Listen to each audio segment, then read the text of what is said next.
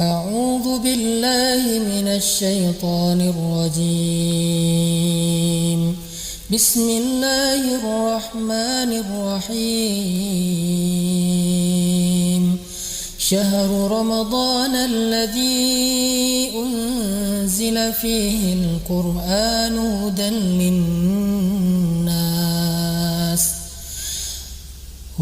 للناس وبينات من الهدى والفرقان فمن شهد منكم الشهر فليصم ومن كان مريضا أو على سفر فعدة من أيام أخر يريد الله بكم اليسر ولا يريد بكم العسر ولتكملوا العدة ولتكبروا الله على ما هداكم ولعلكم تشكرون.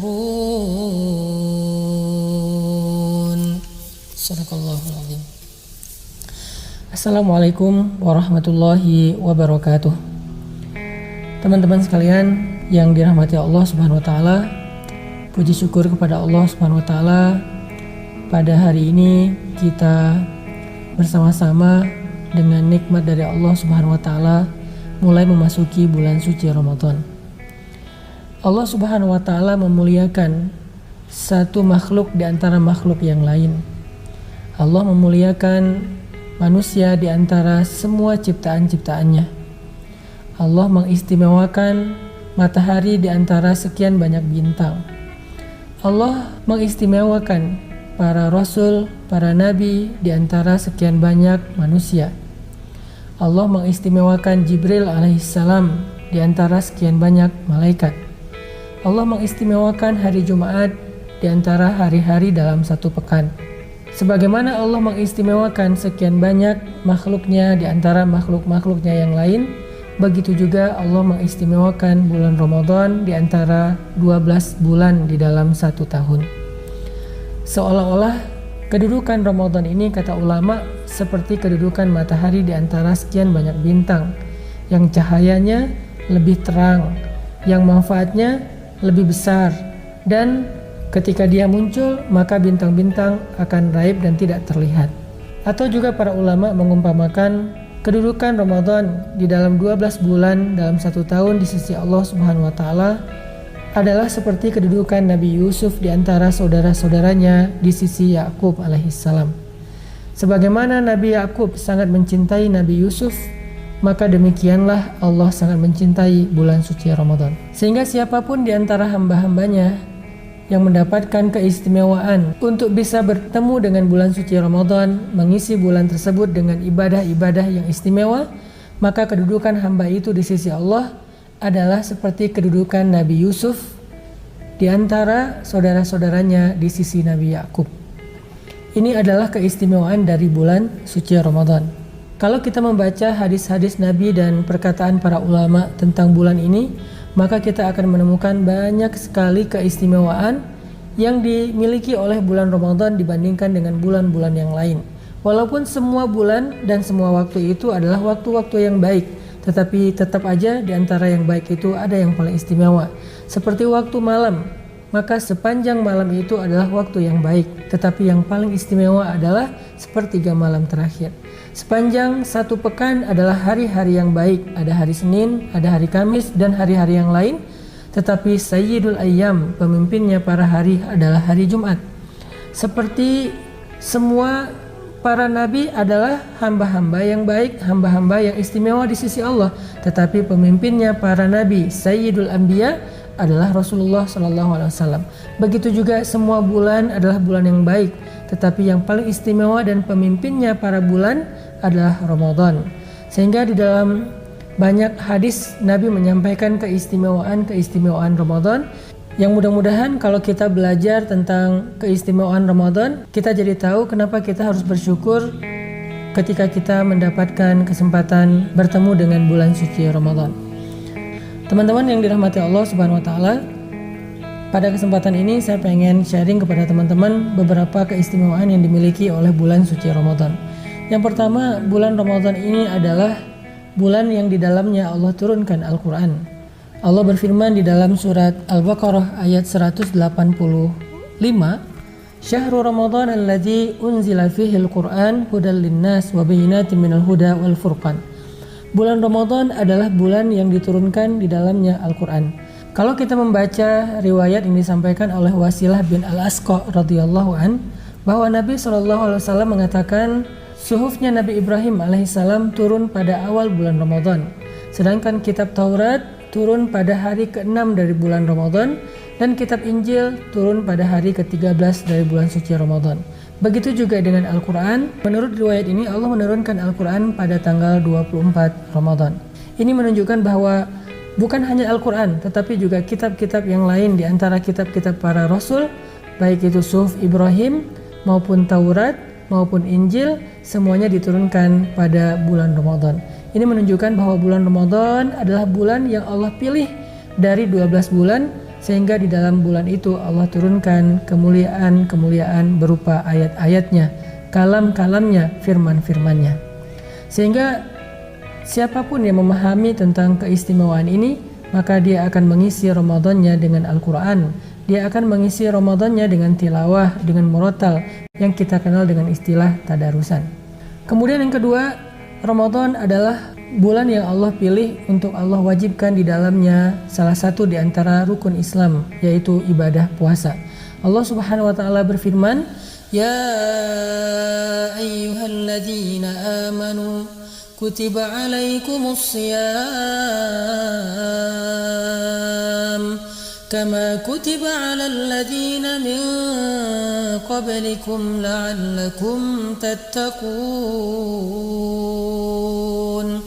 Wahai orang-orang yang beriman, telah diwajibkan bagi kalian berpuasa seperti telah diwajibkan kepada orang-orang sebelum kalian, supaya kalian menjadi orang-orang yang bertakwa.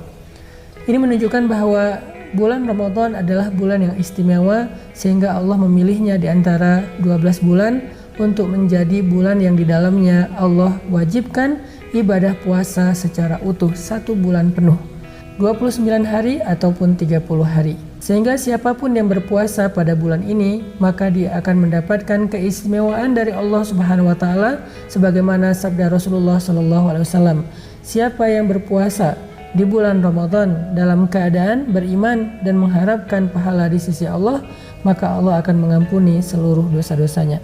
Dan puasa Ramadan bukan hanya ibadah sunnah, bukan hanya ibadah yang mubah, bukan hanya anjuran, tetapi wajib, bahkan dia termasuk di antara rukun Islam, yang artinya tertolak keislaman seseorang, dipertanyakan keislaman seseorang apabila secara sengaja dia enggan berpuasa di bulan Ramadan. Saking pentingnya ibadah puasa.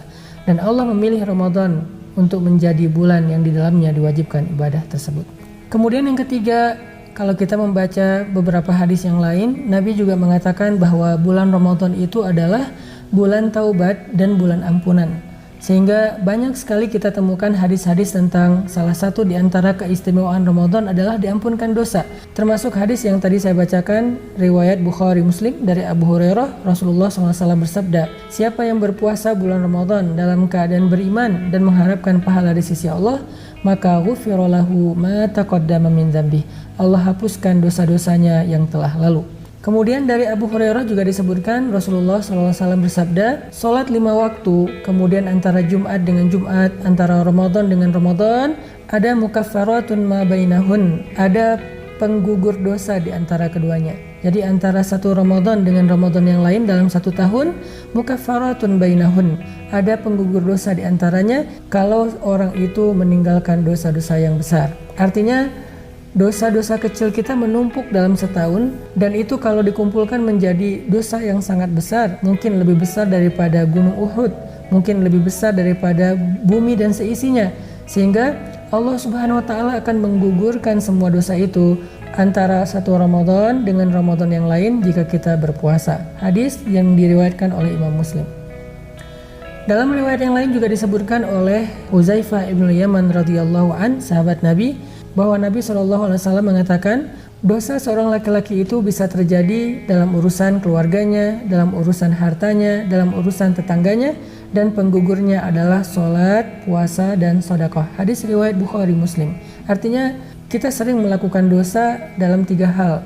Kita kadang-kadang sering melakukan dosa dalam urusan keluarga, tidak mencukupkan nafkah bagi keluarga kita, tidak berakhlak baik kepada keluarga kita. Mungkin kita pernah menzalimi atau menyakiti keluarga kita, baik itu orang tua, ataupun pasangan, ataupun anaknya, ataupun saudaranya.